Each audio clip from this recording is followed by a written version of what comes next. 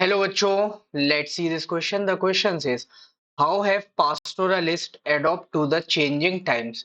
कैसे जो समय चेंज हो रहा है, जैसे एंशियंट टाइम से हम मॉडर्न टाइम्स में, एंशियंट से मिडाइवल लाइफ है, मिडाइवल से मॉडर्न में है, तो ऐसे सोसाइटी चेंज हो रही है ना, तो ऐसे पास्टोरलिस्ट अपने एंशियंट लाइफ से कैसे मॉडर्न लाइफ में एंटर किए, उसको हमें बताना है कि कैसे उसको उन्होंने अडॉप्ट किया. So answer is they change the pass of their annual movement, reduce their cattle numbers, press for the rights to enter new areas, exert political pressure on government for relief, subsidy, and other forms of support, and demand a right in the management of forest and water resources.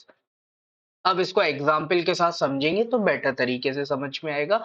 देखो, जो पास्टोरलिस्ट होते थे, जैसे अगर हम India की बात करें, तो जो कश्मीर में होते थे, तो जब बर्फ पड़ती है तो वो नीचे वाले हिस्से में आ जाते थे, वहां पे जो भी उनके कैटल्स वगैरह उनको लेके, ठीक है. और जब गर्मी का सीजन आता था तो वो फिर से अप साइड चले जाते थे. तो ये उनका एनुअल मूवमेंट होता था. तो उन्होंने क्या किया, अपने एनुअल मूवमेंट के जो पाथ थे उनको चेंज कर दिया. दूसरा क्या है, जो उनके पास लार्ज नंबर में बहुत सारे कैटल्स हुआ करते थे, तो अब उनने उसको कम कर दिया. तो कैटल्स को कम किया तो ऑब्वियसली कल्टीवेशन या और तरीके के जो भी वर्क्स है उनमें वो इन्वॉल्व होने लगे.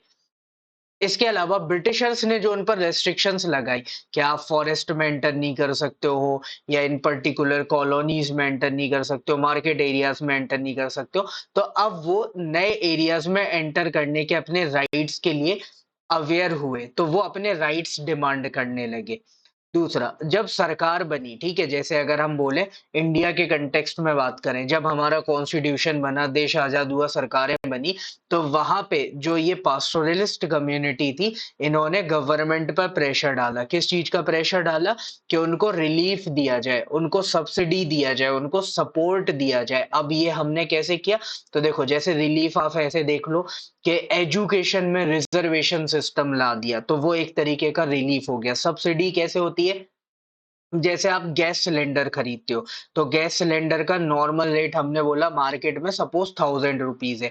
तो सब्सिडाइज्ड सिलेंडर का मतलब क्या होता है कि वही सिलेंडर आपको मार्केट में 800 या 700 का मिलेगा. बाकी जो इनिशियली आप 1000 रुपीज पे करोगे, लेकिन बाकी का जो 300-400 रुपीज है वो गवर्नमेंट बाद में आपके अकाउंट में डाल देता है. तो इसको बोला जाता है सब्सिडी. इसके अलावा अदर फॉर्म्स ऑफ सपोर्ट कैसे हो गया, कि जैसे अगर आप पढ़ाने के लिए उनके पास पैसे नहीं तो आपने स्कूल्स खोल दिए, खाना खाने के लिए नहीं तो उसके लिए आप स्कीम्स ले आए, अनएम्प्लॉयड हैं तो आप एम्प्लॉयमेंट के लिए कोई स्कीम ले आए. तो ऐसे अदर सपोर्ट्स भी डिमांड किए गए.